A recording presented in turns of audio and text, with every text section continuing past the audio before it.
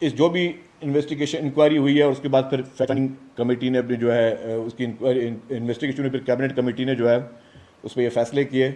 لیکن اس کو مزید پروب کرنے کے لیے شفافیت اور جواب اور ادارہ جاتی سیکھ کے فروغ کے لیے ذیلی کمیٹی نے فیصلہ کیا ہے کہ معزز chief justice Sindh high court کو ابھی لیٹر لکھا جا رہا ہے.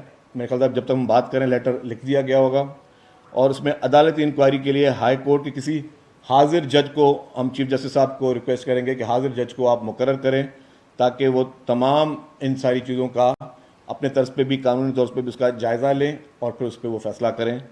تو یہ اہم فیصلے تھے جس پہ آج عمل درآمد ہوا ہے, اور ہمارا مقصد یہی ہے کہ اس معاملے کی شفافیت ہو.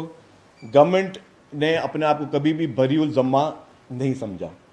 جو جہاں پہ کوتاہیاں تھیں اس کی نشاندہی ہم نے اس میں خود کی ہے. اگر آپ نے فیصلے جو ہم نے پڑھے, آپ نے دیکھا حکومت نے مانا ہے کہ ہاں کہاں پہ ہم سے جو ہے وہ ہماری کوتاہیاں تھیں, اور جہاں پہ کسی اور ادارے کی کوتاہی تھی اس کی بھی نشاندہی کی ہے.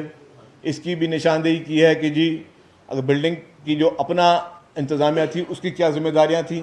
ایک تو یہ کہا جاتا کہ جی اس انتظامیہ کو کبھی الرٹ یا وارن نہیں کیا گیا.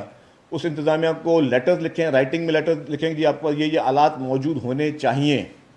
جب بھی کوئی اس طرح کی آفت ہو تو آپ کو نپٹنے کے لیے آپ کے پاس وہ انتظامات ہونے چاہیے. بلڈنگ انتظامیہ نے نہیں کی. اسی طریقے سے بلڈنگ کنٹرول کے بھی بہت ساری ڈیٹیل میں چیزیں دی گئی ہیں کہ پہلے دکانیں کتنی تھی, پھر مزید دکانیں کتنی بنی, پھر جو اسٹیئر کیس کی سائز جو ہوتی ہے کتنی ہونی چاہیے جس سے لوگ نکل سکیں کسی فائر یا اس طرح کی ایمرجنسی میں. وہ ساری سنگین بے ضابطگیاں بھی آئی ہیں, اور پھر جو میں نے بتایا کن ادوار میں جو ہے ان کو انڈیو قسم کے ان کو فیورز بھی ملتے گئے, اور اس میں کیا کیا محرکات شامل تھے.